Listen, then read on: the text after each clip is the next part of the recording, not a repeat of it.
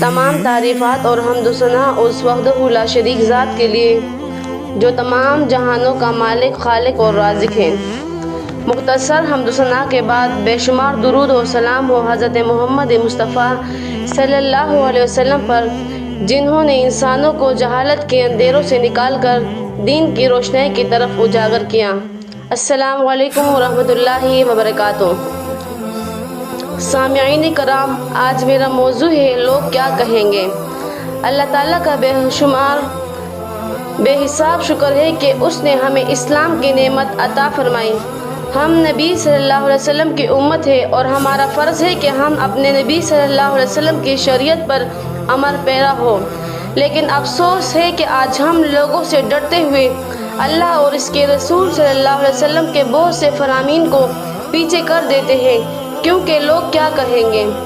اگر قرآن کا مطالعہ کیا جائے تو واضح ہوتا ہے کہ جو مسلمان لوگوں کی خوشنودی کے لیے شریعت کے احکام کو چھوڑ دیتا ہے، ایسے مسلمان کا اسلام بھی خطرے میں اور دین بھی خطرے میں۔ یعنی جو اللہ کا حکم آ جانے کے بعد بھی کہے کہ بات تو صحیح ہے لیکن لوگ کیا کہیں گے، معاشرہ کیا کہے گا، اس وقت یہ معاشرے کا سب سے بڑا بت ہے۔ اگر اسلامی کتابوں کا مطالعہ کیا جائے تو پتہ چلتا ہے کہ کئی لوگوں کو حق قبول کرنا اس لیے نصیب نہیں ہوا کہ انہوں نے یہی بات کہی تھی کہ لوگ کیا کہیں گے۔ نبی صلی اللہ علیہ وسلم کے چچا ابو طالب عظیم اخلاق کے مالک تھے، مگر ایمان اس لیے نہیں لائے کہ لوگ کیا کہیں گے۔ ابو طالب دنیا سے جاتے ہوئے بھی باپ دادا کے دین پر ہی چلا گیا۔ قرآن مجید میں اللہ تعالیٰ نے اپنے نبی صلی اللہ علیہ وسلم سے فرمایا، میرے فیصلے کے مطابق قدم اٹھائے اور لوگوں کی پرواہ نہ کریں۔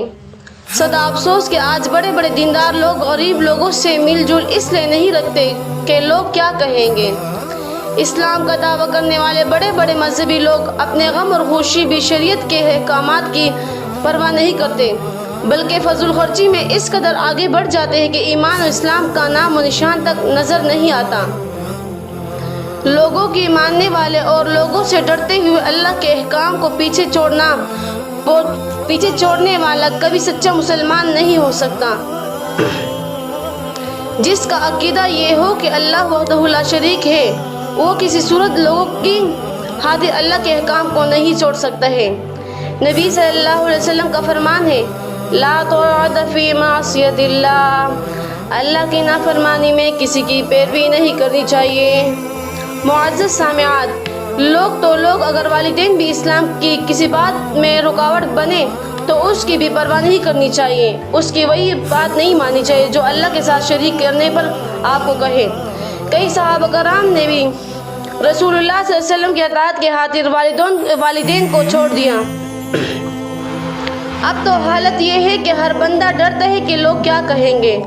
آج کئی نوجوان داڑھی نہیں رکھتے کیونکہ لوگ کیا کہیں گے، شروع ہی سے صوفی بن گیا۔ کیا یہ داڑھی رکھنے کی عمر ہے؟ شادی بیاہ کے موقع پر ناچ گانا اور فنکشن کیا جاتا ہے اس لیے کہ لوگ کیا کہیں گے کہ انہوں نے تو شادی میں ہی جشن نہیں منایا، رسم و رواج مہندی نہیں کی۔ میری عزیزات، یہ سب چیزیں اسلام کے خلاف ہیں۔ اللہ کے لیے ان رسومات سے بچے، لوگوں سے ڈرنا چھوڑ دیں۔ اگر ہم نے لوگوں کو راضی کیا اور اللہ کو ناراض کیا تو کل قیامت کے دن اللہ کے سامنے کیا کہیں گے؟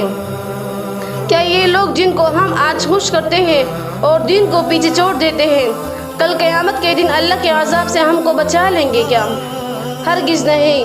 اگر ہم نے اپنی ذات اور اپنے گھر میں پورا اسلام کا راج رکھا تو انشاءاللہ دنیا و آخرت دونوں ہمارے ہی ہوں گے۔